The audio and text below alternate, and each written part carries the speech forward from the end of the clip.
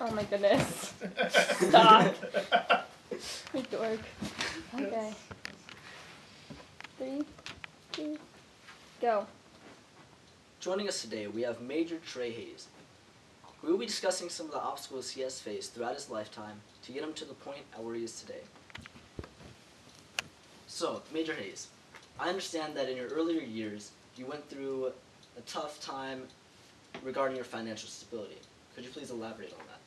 Yep, there was a couple times in the past when I was in the military and a break I had in the military, where some of the choices I made financially did set me up for success. They actually did quite the opposite and led me down paths that no one really wants to go down. Could you elaborate on one of these times? Yep. The most recent time, I had a break in service. I left the military, and I worked for an investment company, and then the returns were coming in so rapidly that each quarter we'd roll them off into another entity.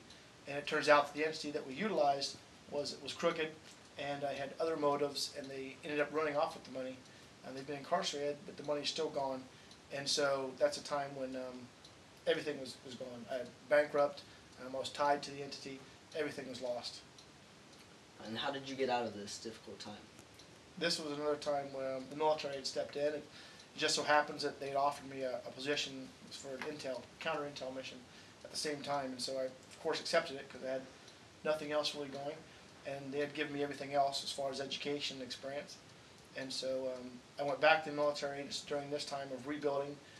I was able to get back on track with my career, get some intel schools, some other aspects of the military, play into that. And then I could also run my other stuff as far as the business concurrently with that. And now, when you first joined the military, you joined at the lowest rank, a private, right? Correct. And now you've reached the point to where you're a commander of a unit here on Fort Dix.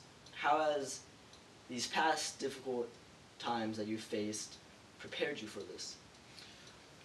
That's excellent. I think that going through those obstacles and those character building times is really what make us who we are. And the lessons, the specifics of the lessons may be different. The circumstances will be a little bit different, but the lesson that you take from them apply across the board. And as far as rebuilding from a financial disaster, it could be the same as an emotional disaster, the steps that you would have to take, or a physical disaster. It's still the fact that you have to rebuild, you have to reset, gain focus. As a military, we say we shoot an azimuth, and we head out from there. Okay. Well, thank you for your time and your service. Thank you. Major Hayes. We greatly appreciate it, and I believe I speak for everyone when I say that we find you an inspiration. Thank you.